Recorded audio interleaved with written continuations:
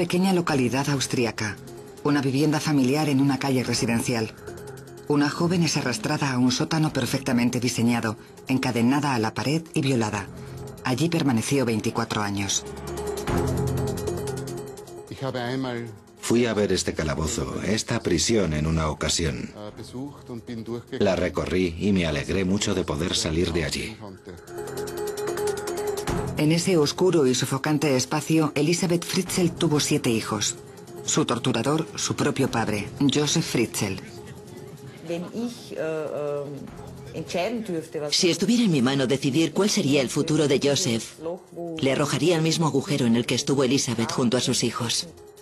Durante 2 décadas consiguió engañar a todo el mundo. Nadie en toda la calle sospechó nada en absoluto. Hasta hace unas semanas, cuando el sótano desveló sus secretos.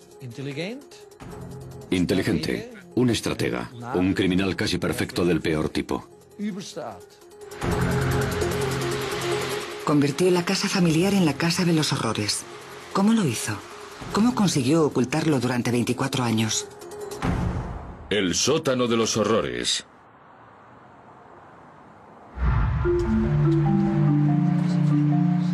...19 de abril... sábado por la mañana en Amstetten, una pequeña localidad a 112 kilómetros de Viena. A las 7 de la mañana un hombre llama a la ambulancia local diciendo que una joven, Kerstin Fritzl, está gravemente enferma. Una ambulancia y personal sanitario se desplazan al número 40 de la calle Imstrasse, la calle de Josef Fritzl.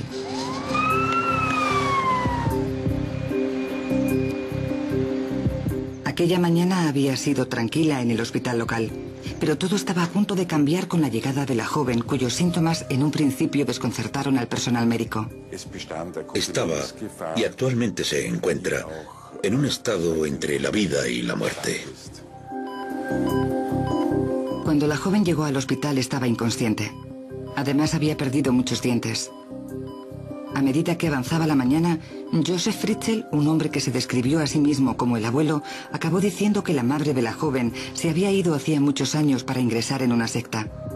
Josef trajo una nota dirigida a los doctores que había escrito ella misma. Por favor, ayúdenla. Kerstin tiene mucho miedo a los extraños. Nunca antes ha estado en un hospital. Le he pedido a mi padre que me ayude porque él es la única persona que conoce. El hombre que sostenía ser el abuelo de la joven dijo que había una carta y que era la 4ª vez que su hija desaparecida le había dejado un hijo abandonado. Nosotros pensamos que había posibilidades de encontrar a esta mujer, pero eso ya no era tarea del hospital, sino de la policía.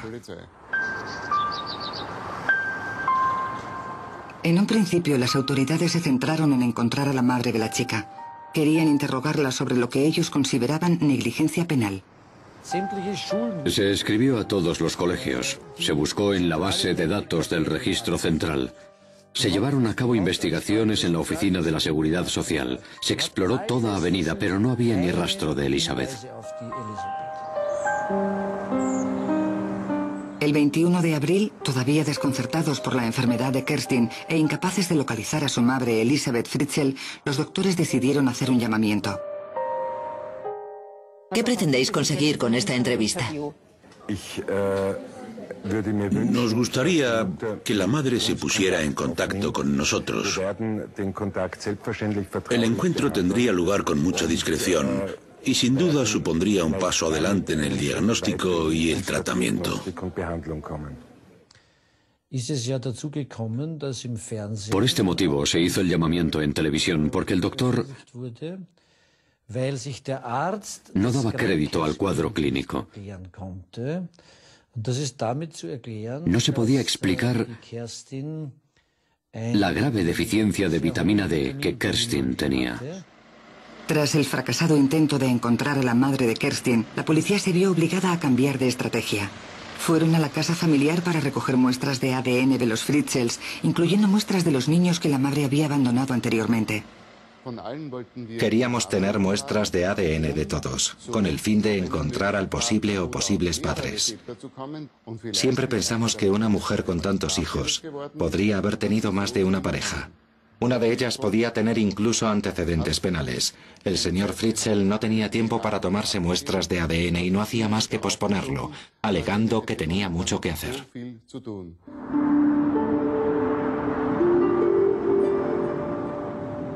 El 26 de abril, una semana después de que Kerstin ingresara en el hospital y con una enfermedad que cada vez se iba agravando, Josef Fritzl condujo a Elisabeth y a sus hijos a la casa.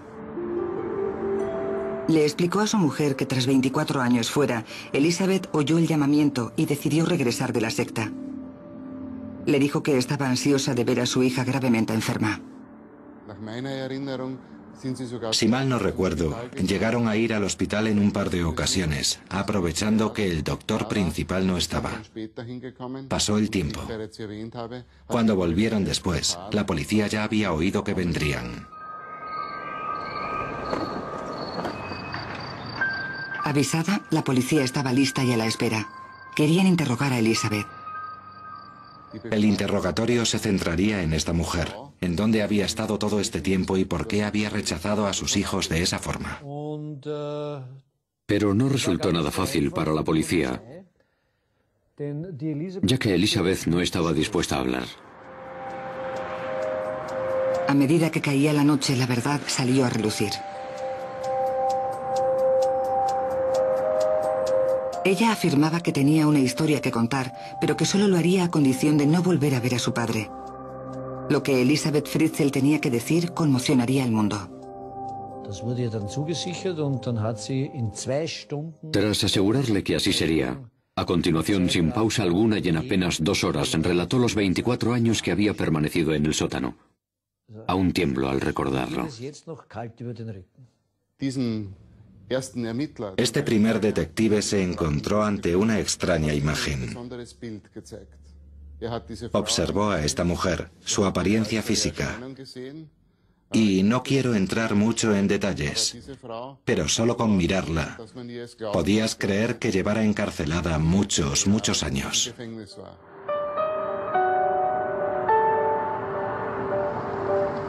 Todo el horror comenzó a emerger de los secretos oscuros enterrados debajo del número 40 de Strasse.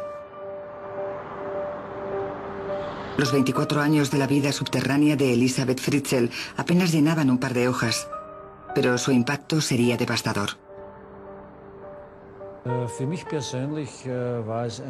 Para mí fue toda una experiencia. Y más cuando el torturador me había llamado por teléfono 24 horas antes de que saliera a la luz el crimen. Y me hubiera agradecido efusivamente el haber puesto en marcha un equipo de intervención en situaciones de crisis para ayudar a la familia durante la semana que Kerstin estuvo en el hospital. Elisabeth le dijo a la policía que su propio padre la había encarcelado a los 18 años en un zulo construido especialmente para tal fin, que la había violado en repetidas ocasiones y que había dado a luz a 7 hijos. El 27 de abril, la policía acude a la casa de Josef Fritzl. La parte delantera de la casa da a una calle corriente, la trasera a unos frondosos jardines de las afueras, y sin duda todo el horror quedó expuesto. Por la información que hemos recibido de manos de la policía, hemos recreado las condiciones de vida que ella tuvo que experimentar durante prácticamente un cuarto de siglo. Fritzl había construido un búnker perfectamente oculto en el que encarcelar a su propia hija y a los hijos de esta.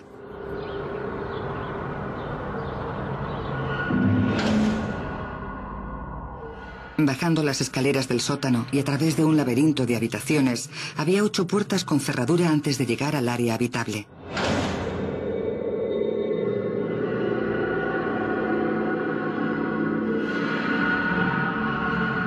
La puerta final estaba oculta tras unas estanterías. No había luz natural y muy poca ventilación. Dentro del zulo había una cocina, un baño y un cuarto de estar. Y un poco más al fondo, 2 dormitorios. Fui a ver este calabozo, esta prisión, en una ocasión. La recorrí y me alegré mucho de poder salir de allí. En esta habitación, donde los techos eran muy bajos, de alrededor de 1,80 m en el punto más alto, el ambiente era todo menos agradable. El hecho de vivir sin ventilación, además de la higiene personal, debía de mantener el nivel de humedad alto. Si todos nos sentáramos e intentáramos plasmar 30 años en varias líneas, o en un pequeño reportaje, o incluso en un documental largo, no lo lograríamos. Porque creo que la vida en esos 24 años debió de parecer como si hubiera durado 10 veces más de lo normal.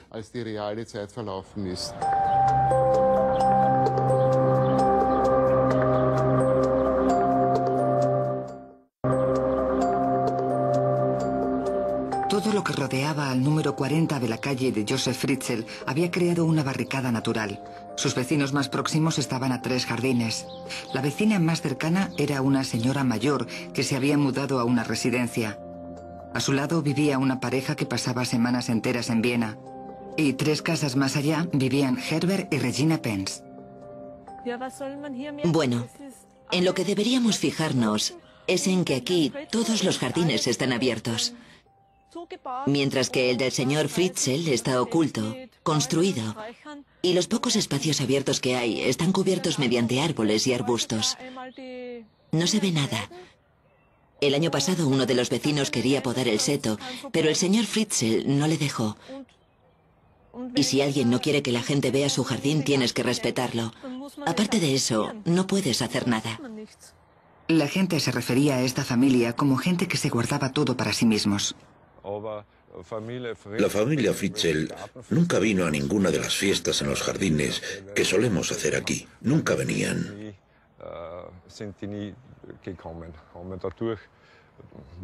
La gente dejó de invitarles porque todo el mundo sabía que los Fritzl nunca irían a ninguna fiesta.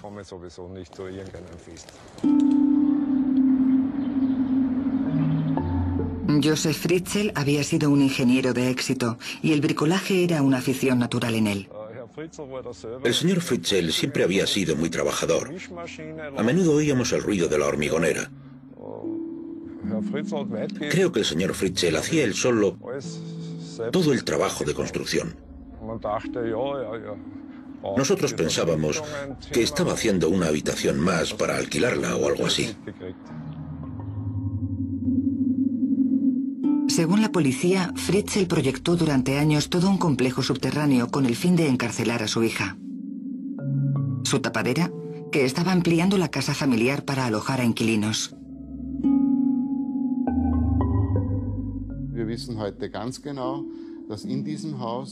A día de hoy, sabemos con seguridad que parte del antiguo sótano de la vieja casa se mantenía como reserva, por así decirlo.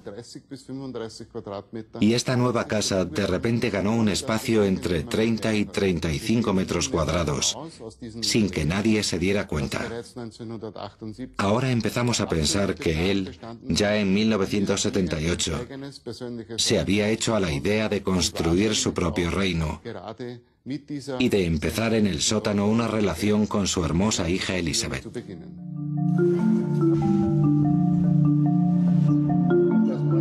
Josef Fritzl tenía antecedentes por abuso sexual con violencia.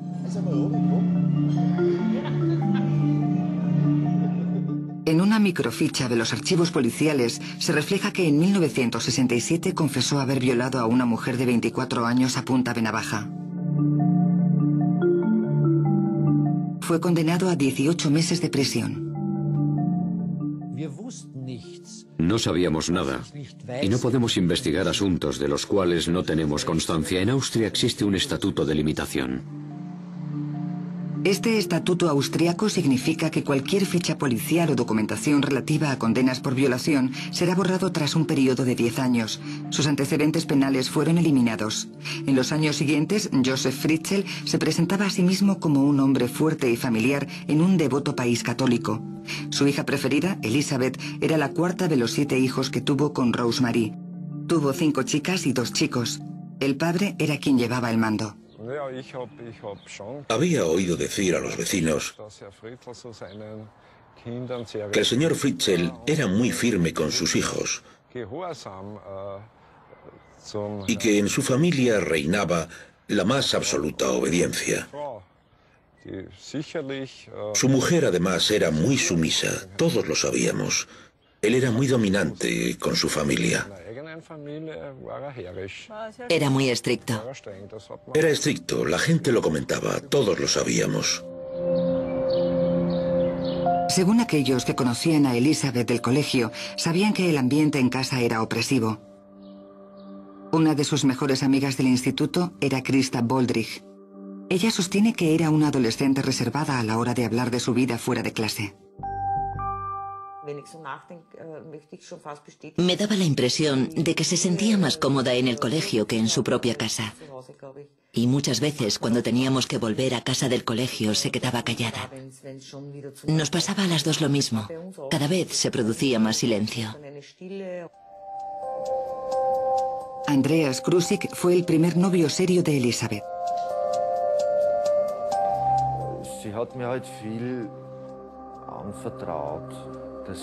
Ella confiaba mucho en mí. Yo sabía que sus padres la presionaban mucho, que se fue de casa con 14 o 15 años y que tenía buena relación con alguno de sus hermanos.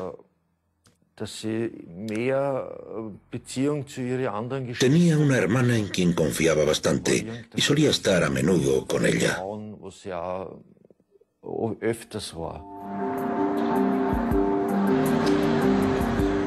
Antes de su desaparición, en agosto de 1984, Elizabeth intentó escaparse a Viena por lo menos en una ocasión. Elizabeth le dijo a la policía que los abusos de su padre empezaron cuando ella tan solo tenía 11 años, pero que siempre lo había mantenido en secreto.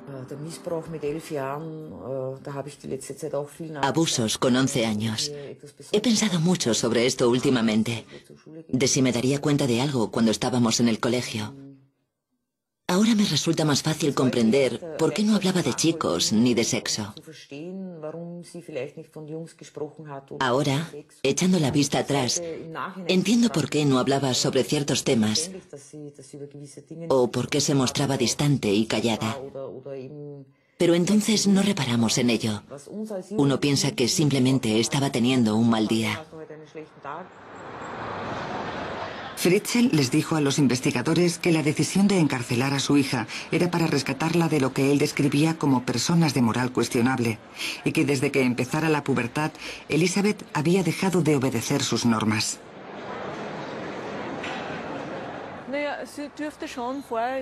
Al parecer, Elizabeth les había causado ya algún que otro problema.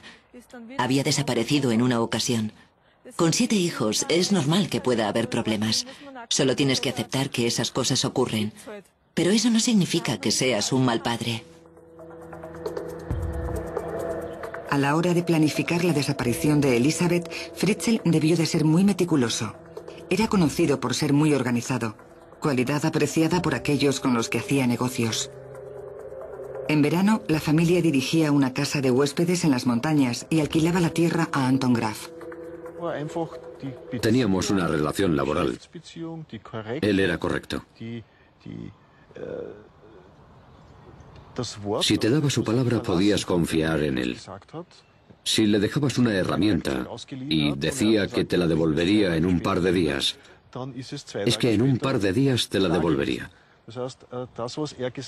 Si decía que iba a hacer algo, podías tener la certeza de que lo haría. Anton Graf veía a los Fritzl todos los veranos y conocía a Elizabeth desde pequeña, así que cuando desapareció, Joseph se encargó de contarle lo ocurrido. Un día vino a vernos algo alterado y nos dijo: Lizzie no va a volver a casa. Se ha ido a una secta y ha desaparecido. Nada de lo que su padre ha contado es verdad. En ningún momento Elizabeth se descarrió. Ni consumió drogas, ni se fue a ninguna secta. Es todo mentira. No es el tipo de persona que se dejaría influir por una secta. Ella sabía perfectamente lo que hacía y lo que quería hacer. Para reforzar la idea de que su hija se había fugado para unirse a una secta, Joseph Fritzl se inventó una elaborada mentira que permaneció oculta durante más de 2 décadas. Para impedir que se le preguntara al respecto, comenzó incluso a mandar pruebas.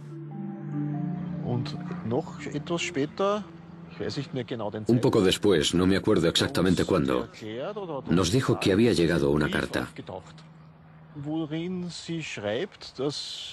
En la carta ponía que era inútil buscarla porque se encontraba muy involucrada en la secta y que estaba tan feliz que no pensaba regresar a casa.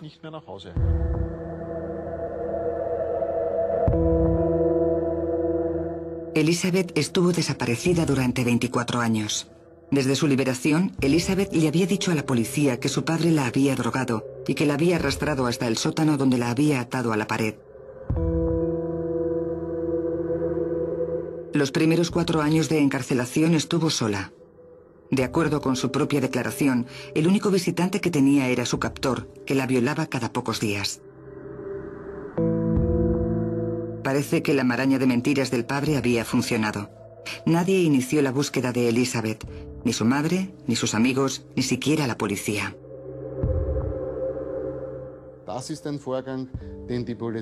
Es algo que la policía ve a diario. Y como todos sabemos, tarde o temprano los hijos abandonan el hogar familiar. Luego llegó su 19º cumpleaños. Y la policía austríaca no está autorizada a buscar a personas desaparecidas mayores de 19 años. Porque de esta edad en adelante, todo ciudadano austríaco puede ir a cualquier parte del mundo que desee. Éramos una pareja, nos escribíamos, nos veíamos, pero de repente se perdió el contacto. Cuando me enteré de la noticia comprendí que se había acabado y no volví a saber de ella. Elizabeth Fritzl había desaparecido. Nadie se dio cuenta de la cantidad de pruebas que la podían haber salvado.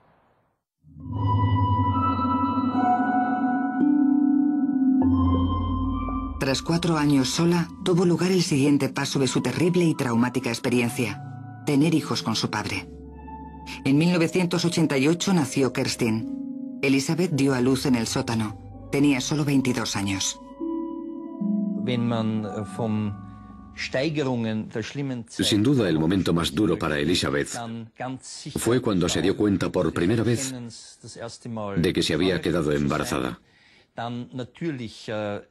La incertidumbre durante todo el embarazo de si su hijo nacería sano.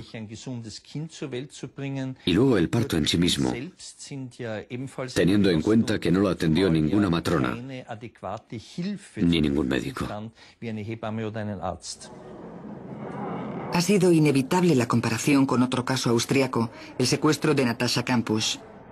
Desde los 10 años de edad estuvo encerrada en un zulo 8 años hasta que pudo escapar.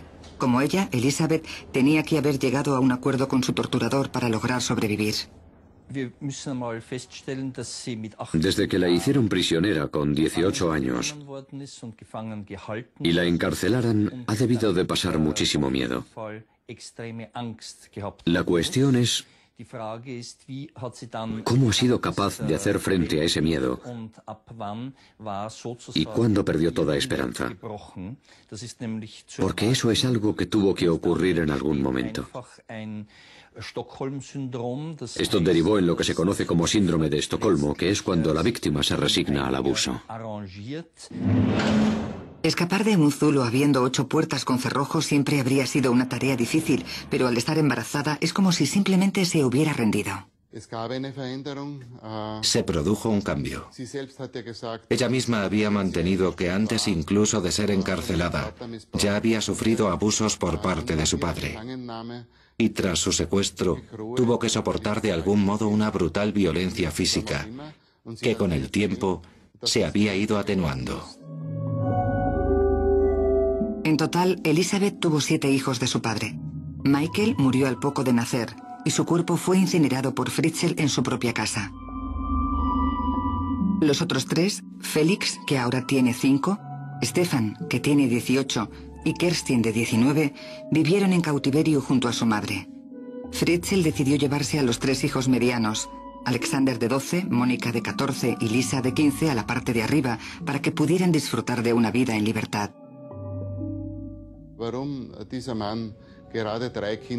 ¿Por qué este hombre decidió coger a los 3 hermanos medianos y subirlos a la parte de arriba? Probablemente no lo sepamos. Podemos imaginar que sería por falta de espacio, porque no debemos olvidarnos de que cuantos más prisioneros hubiera, más difícil sería cuidarlos. Pero subirlos a la parte de arriba planteaba problemas. ¿Cómo explicar la llegada de esos bebés? Su solución fue sencilla. Elizabeth era una mala madre que había abandonado a sus hijos. Se estableció un patrón de comportamiento. En mitad de la noche se dejaría a un bebé en la puerta de entrada con una nota. Lo que leo a continuación son las palabras desgarradoras de Elizabeth, a sabiendas de que su padre la estaba obligando a renunciar a sus propios hijos. Siento mucho tener que volver a recurrir a vosotros. Espero que Lisa esté bien, ya habrá crecido un poco. Mónica ahora tiene 9 meses y medio. Le he dado el pecho hasta los 7 meses y medio. Ahora come prácticamente de todo, pero sin duda lo que más le gusta es el biberón. El agujero de la tetina del biberón tiene que ser un poco más grande.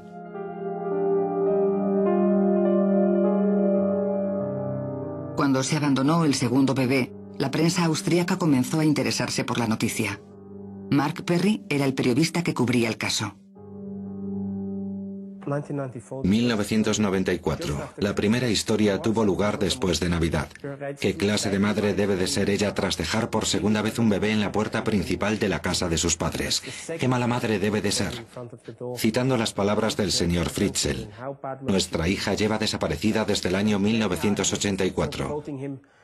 Creemos que está en manos de algún grupo religioso, cuando en realidad estaba en sus propias manos.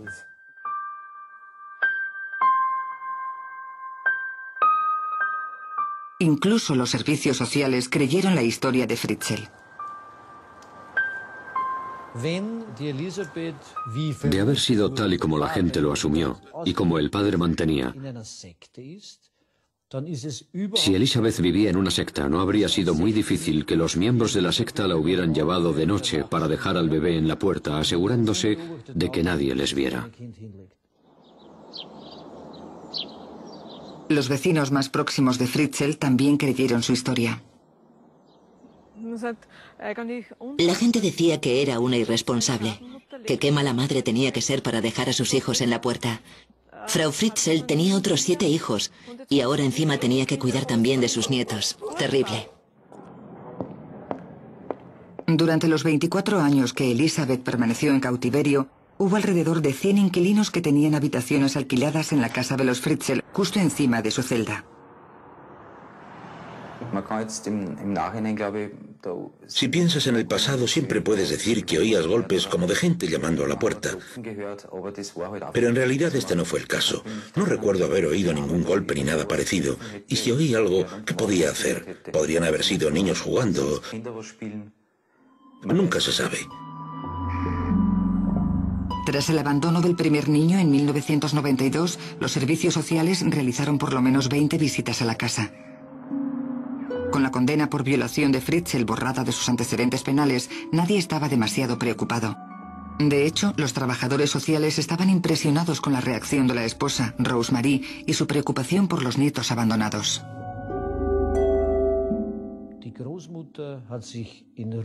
La abuela se ocupaba con tierno cuidado de los niños Lisa, Mónica y Alexander.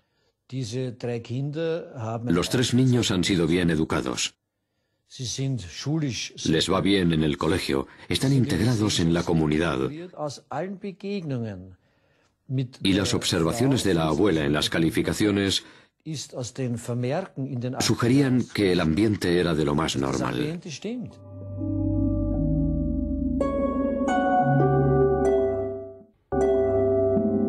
La gente mostraba simpatía por la pareja mayor que inesperadamente vio crecer su familia. Solo se adoptó a la primera hija, Lisa. Los otros dos eran niños acogidos. Decidieron hacerlo así porque el Estado no da ninguna subvención a los niños adoptados, pero en casos de acogida, según las edades de los niños en cuestión, la ayuda económica por niño oscila entre los 397 y los 410 euros al mes. Echando la vista atrás y con cierta perspectiva, resulta inconcebible que este hombre solicitara ayudas. Pero puesto que es una disposición legal en Austria, los ciudadanos tienen derecho a solicitarla. Josef Fritzl no solo es que estuviera libre de sospecha, sino que encima recibía ayudas por parte del Estado. Lo curioso es que nadie, ni los vecinos ni los servicios sociales, se dieran cuenta de nada. En el mundo superior, y entre todos aquellos que les conocían, la opinión era idéntica. Todo parecía normal. Los niños iban al colegio, hacían bien sus deberes y eran educados estrictamente por el padre, por lo que se ganó la reputación de hombre honorable. Puede que fuera estricto, pero como decimos en Austria, un poco de mano dura no hace daño a nadie. Y esto no levantó sospechas.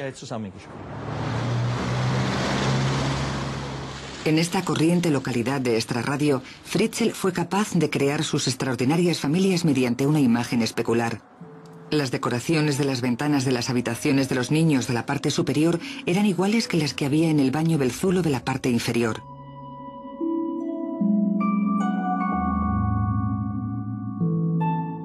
Según cuentan, se aseguraba de celebrar tanto los cumpleaños como las navidades con ambas familias. Pero ambos mundos no podían ser más diferentes entre sí.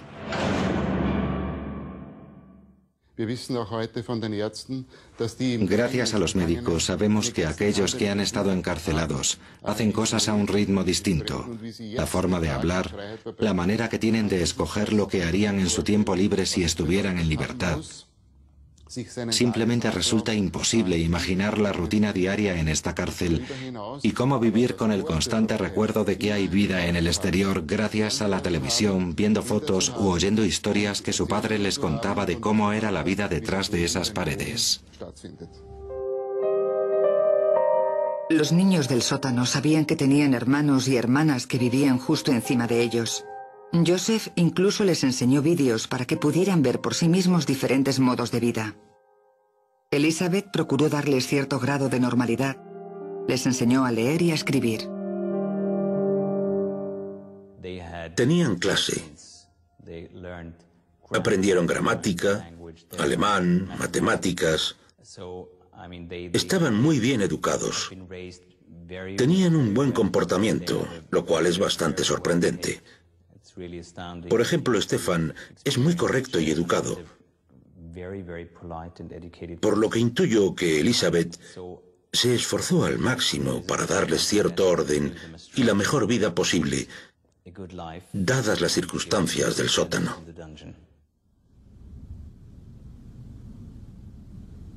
Imágenes recientes de Fritzl de vacaciones en Tailandia sugieren que no tenía ninguna preocupación y que tenía un voraz apetito sexual.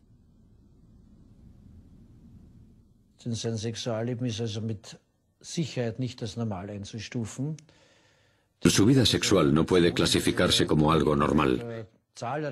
Por lo visto, frecuentaba burdeles donde se comportaba de manera violenta.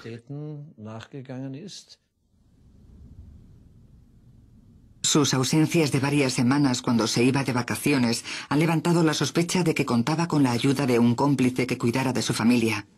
La policía, en cambio, cree que era tan organizado que no habría sido necesario. Por las pruebas que tenemos, sabemos que esta prisión tenía un área habitable muy limitada, pero que estaba equipada con todo lo necesario para mantenerlos con vida. Por ejemplo, grandes cantidades de comida en la nevera y congelador. El poder lavar la ropa, ya que contaban con una lavadora. También tenían un hornillo eléctrico donde poder preparar la comida.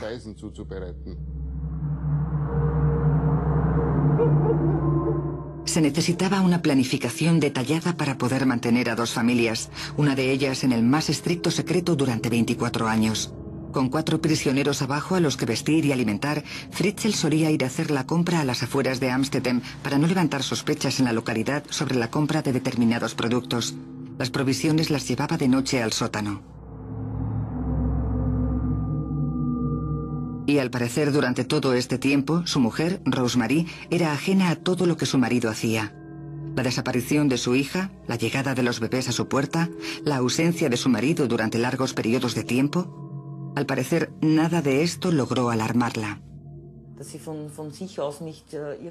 No entiendo por qué no aprovechó la oportunidad en algún momento, como por ejemplo cuando se ausentaba durante 4 semanas, de actuar y decir, esta es mi hija y quiero averiguar dónde está. ¿Por qué me dejó hasta 3 bebés en la puerta de mi casa? No tomó medidas al respecto. No puedo entender la reacción de la madre ni de las autoridades. Rosemary, la abuela cariñosa, representaba la imagen de la familia perfecta. Si Rosemary Fritzl no hubiera mantenido a la familia tan unida durante tanto tiempo, quizás se hubiera desvelado antes. Pero ella intentaba proyectar la imagen de una familia idílica. Vemos a unos hijos encantadores a los cuales unos perfectos abuelos han acogido para darles el cariño que su madre no les ha dado. De modo que inconscientemente se convirtió en cómplice de un tirano. Pero ella no tenía culpa de nada. Lo único que hizo fue dar a sus supuestos nietos, que habían sido abandonados, una feliz infancia. Hasta el momento, la policía considera que Rosemary es un sujeto que no debe ser interrogado. Actualmente se encuentra en un hospital psiquiátrico junto a su hija y sus nietos. Están recibiendo terapia familiar. Hasta ahora no hay ningún sospechoso. Basándonos en nuestras investigaciones, no tenemos motivos para sospechar de nadie más. Puede parecer difícil de comprender, pero debemos aceptar que una mujer que tiene 7 hijos no puede ocuparse de todo o prestar la misma atención a su marido que si tuviera una familia más pequeña. Las muestras de ADN que se cogieron del sótano indican que no hay ninguna otra presencia aparte de Joseph Fritzl. Por ahora solo tenemos un sospechoso. Y he de añadir que en parte resulta lógico, porque ¿a quién le iba a confesar sus diversos romances? Por otro lado, esta era la única manera, mediante secretismo y una disciplina de hierro, de mantener esta historia oculta durante tanto tiempo.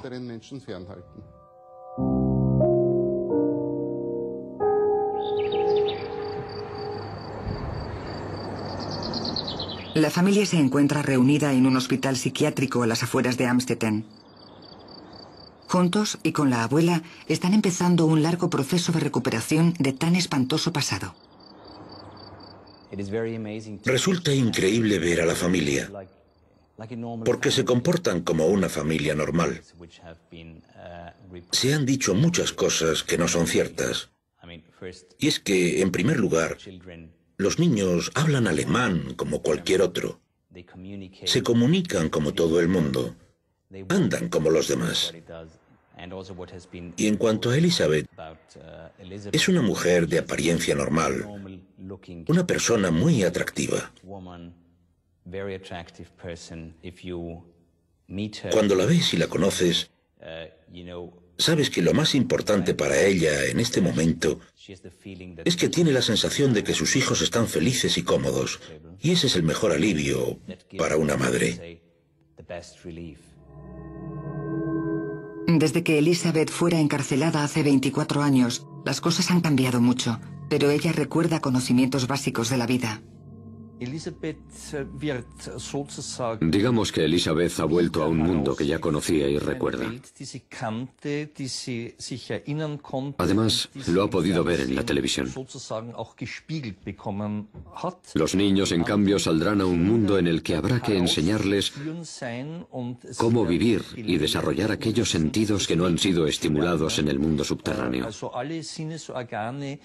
Como por ejemplo, que la lluvia hace un determinado ruido, o que el viento mueve las hojas de los árboles,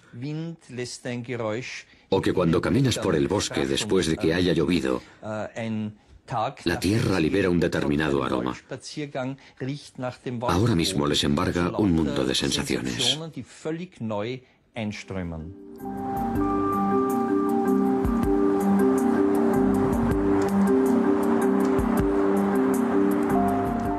Hace unos días llovió y Félix dijo que quería ver llover por primera vez, porque nunca antes lo había experimentado.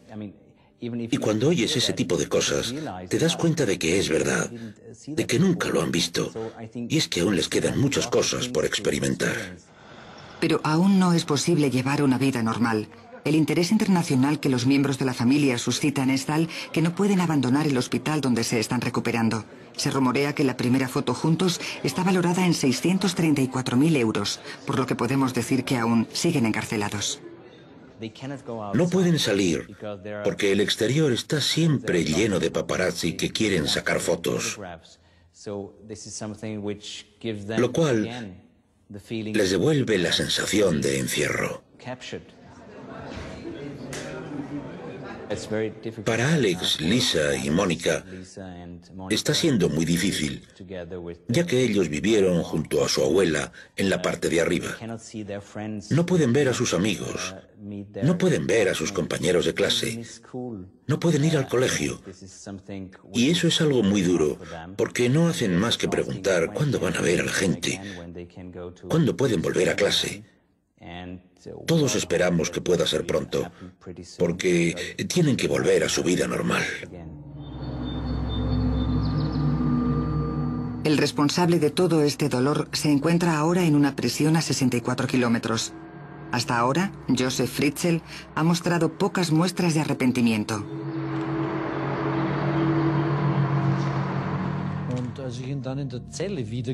Cuando le vi en la celda le pregunté, ¿es usted el señor Fritzl? Me siento consternado. ¿Cómo puede alguien hacer algo así? A lo que me contestó, estoy muy arrepentido por mi familia, pero ya no puedo hacer nada. Le dije que eso tenía que haberlo pensado antes. Al parecer, Fritzl está enfadado por la dimensión que ha alcanzado la noticia. Fritzl hizo llegar una declaración a su abogado en la que sostenía que él no era ningún monstruo, que había sido amable con su familia y que podía haberlos matado y no lo había hecho. La cobertura de la noticia por parte de los medios ha sido exagerada, por lo que mi trabajo consiste en desmentir que sea un monstruo. Demostrar ante el juez que se trata de un ser humano y no de un monstruo. Con Fritzl en prisión, la pregunta que surge es ¿quién tiene la culpa? En Amstetten, las autoridades locales han sido acusadas de cometer errores, acusación que ellos mismos se empeñan en negar.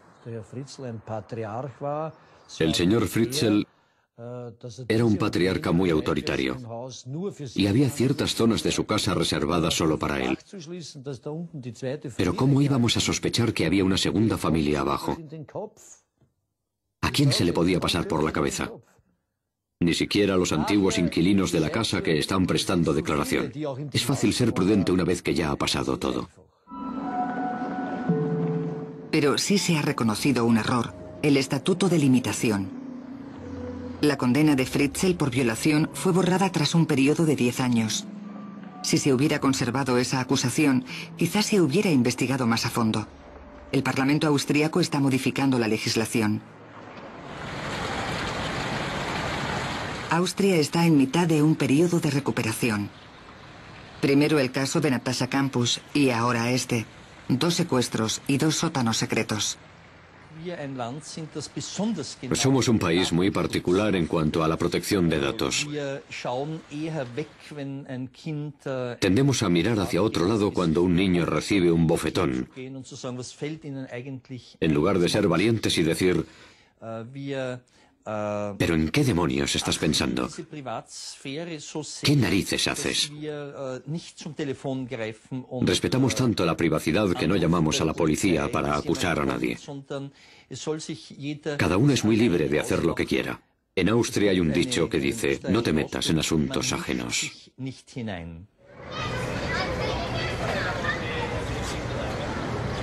Fassungslosigkeit, Schock,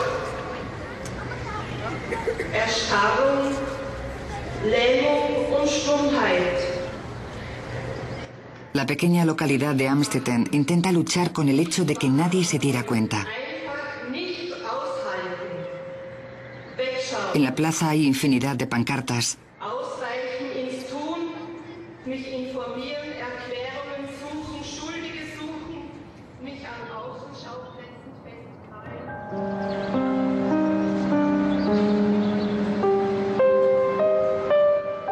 Era una emanación de sentimientos por parte de la gente que buscaba respuestas a lo acontecido en la familia Fritzl. En el escaparate de una tienda de Amstetten, el contorno de sus manos y mensajes de esperanza para el futuro.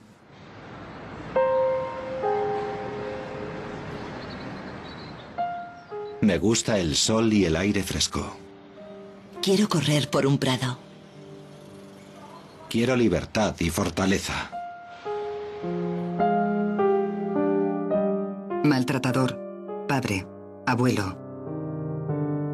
El fiscal aún tiene que decidir si Josef Fritzl será procesado o no este año.